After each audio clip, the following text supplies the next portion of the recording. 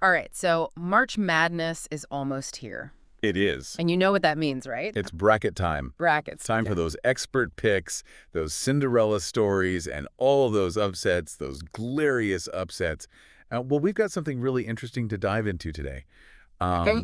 It's all about, well, you know how everyone's trying to go viral these days, right? Yeah, of course. So this is about creating a viral YouTube podcast all about March Madness brackets. Interesting. Yeah, specifically all those predictions and potential upsets for this year's tournament. Yeah. So we're going to break down this guide we found, kind of like a step-by-step thing Okay. that shows you how to, craft content for your YouTube channel that'll really stand out. I like it. That sounds fun. Yeah, we're going to go through it all, planning the content, how to keep people engaged, all those YouTube things like titles and tags and descriptions, how to promote it, and of course the timing. It's got to come out at the right time. Right. To make the biggest splash. And we'll even throw in some bonus tips for, achieving that viral magic. Right. So this guide, it's really like a blueprint. It gives you a structured approach to creating this kind of podcast. But, we're not just going to summarize it. Our goal for you today is to extract the really crucial elements, the stuff that makes this kind of content connect with people. The good stuff. Yeah.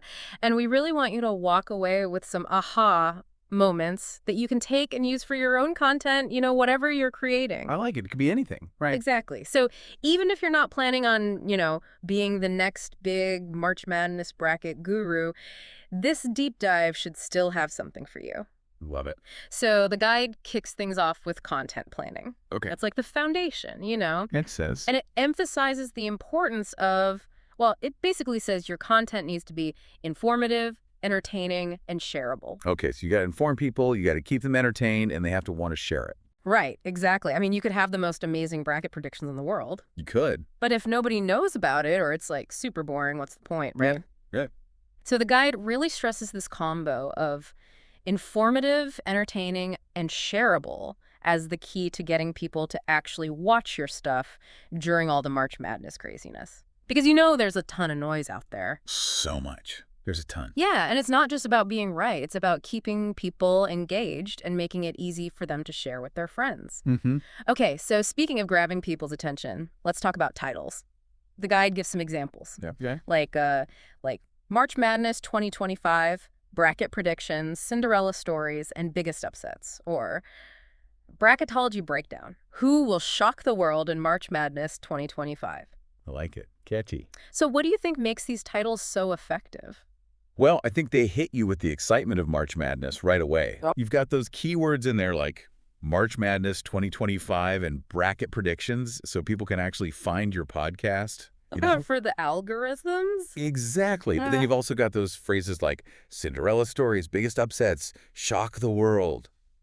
Those promise some excitement. They do, yeah. It's a good balance, You're telling people what they're going to get, but also, teasing them a little bit. Like a little hook. Yeah, like a movie trailer. That's a great analogy. So you're not just saying, here are some bracket predictions. You're saying, get ready for some wild stuff. Right. Okay, so you've got your killer title. Now, the guide goes into how to structure your actual podcast episode. Okay. And it says you should start with a high-energy intro, like right out of the gate. Makes sense. Yeah, you got to capture that March Madness energy, from the very first second. Mm-hmm. And you got to tease what's coming up, your predictions, the upsets, the dark horse teams, all that good stuff. You got to hook them. You got to hook them, right? Yeah. Because, people have short attention spans these days. They do. It's true. And the guide is saying, you've got to grab them right away and make them want to stick around. I agree. First few seconds are crucial. Yeah. So after the intro, it's time to dive into the predictions themselves. Okay. And the first thing the guide recommends is a segment dedicated to the top-seeded teams. Right. The favorites. Yeah, and you kind of map out their potential journey to the Final Four, talk about any tricky early matchups they might have. Those are always interesting. They are, yeah. And the guide stresses the importance of actually making those Final Four and championship picks, No fence sitting? No fence sitting allowed. No. People want to hear your opinion, right? Exactly. They want to know who you think is going to win. Yeah, and a little boldness can go a long way. Oh, yeah, for sure. Because it, shows you're not afraid to put yourself out there. It establishes your credibility. It does, and it can also spark some good debate. Oh, yeah. People love to argue about brackets. They do. And by actually explaining your picks, you're showing that you understand the teams and the tournament as a whole. You're not just throwing darts at a board. Right, exactly. Okay, so after the top seeds, we get to the fun part. The upsets. The upsets.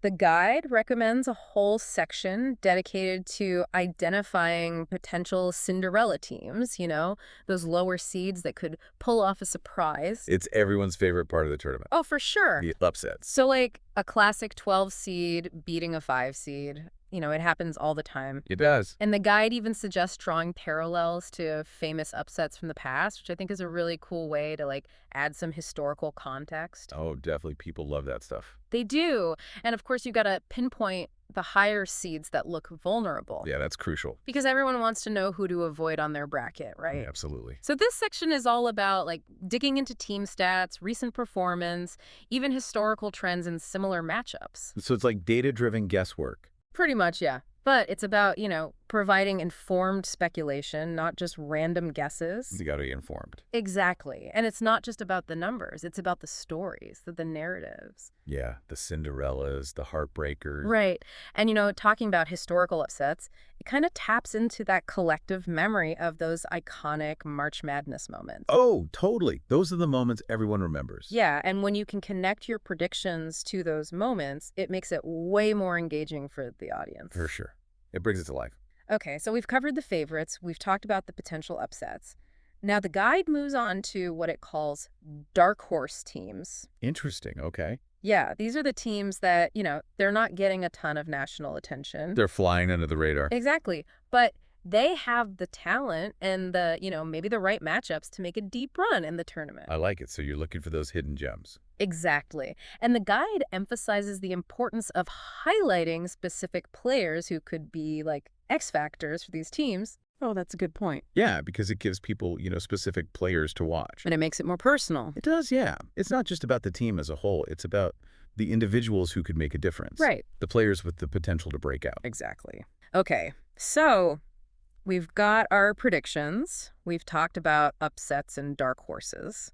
Now, it's not just about giving your opinion. It's about creating a conversation.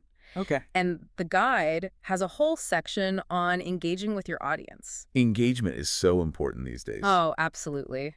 So the guide suggests things like asking for bracket predictions in the comments. Oh, yeah. Get people talking. Exactly. Running polls like which 12 seed will pull off the upset. Oh, I love those. And of course, the classic calls to action. Liking, subscribing, sharing, all that good stuff. The essentials. The essentials, yeah. So what do you think? Why is engagement so crucial? Well, it turns your viewers into, active participants. Instead of just passive listeners? Exactly. When you ask for their opinions, run polls, respond to their comments, it makes them feel like they're part of the conversation. Or the community. Yeah, exactly.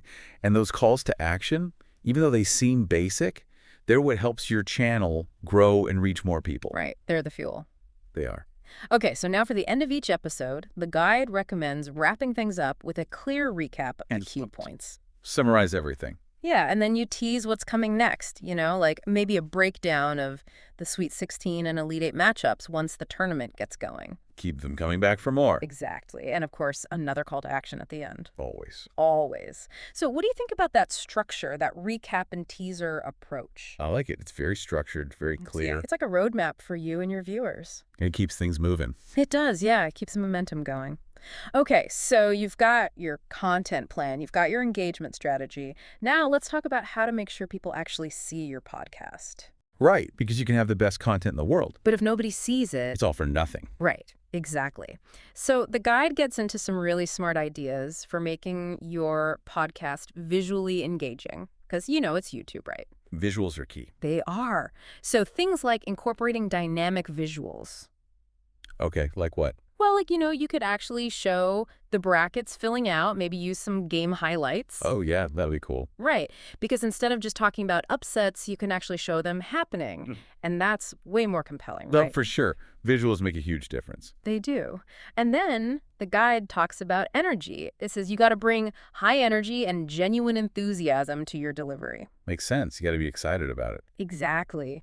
If you're not excited about March Madness, how are you going to get your viewers excited? Yeah, it's contagious. It is. Your passion will like rub off on your audience. And it makes it more fun to watch. It does, yeah. Yeah. It's like watching a game with a friend who's super into it, you know? Their energy gets you pumped up. Oh, definitely. I know that feeling. Okay, so this was a cool idea. The guide suggests bringing in guests. Oh, like who?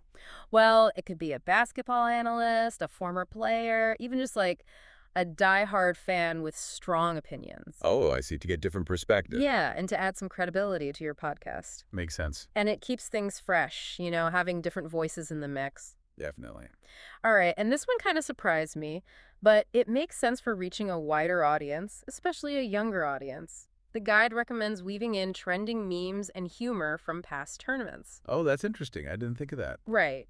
But it's a smart way to tap into internet culture and like connect with those younger viewers who are all about memes. Makes them feel like you're one of them. Yeah, and it can make your content more shareable, Yeah. because if people find it funny, they're more likely to share it with their friends. For sure. Humor is a powerful tool. It is. Okay, so we've got engaging content, we've talked about visuals and energy and guests. Now, let's get into the nuts and bolts of YouTube optimization. All right, let's do it.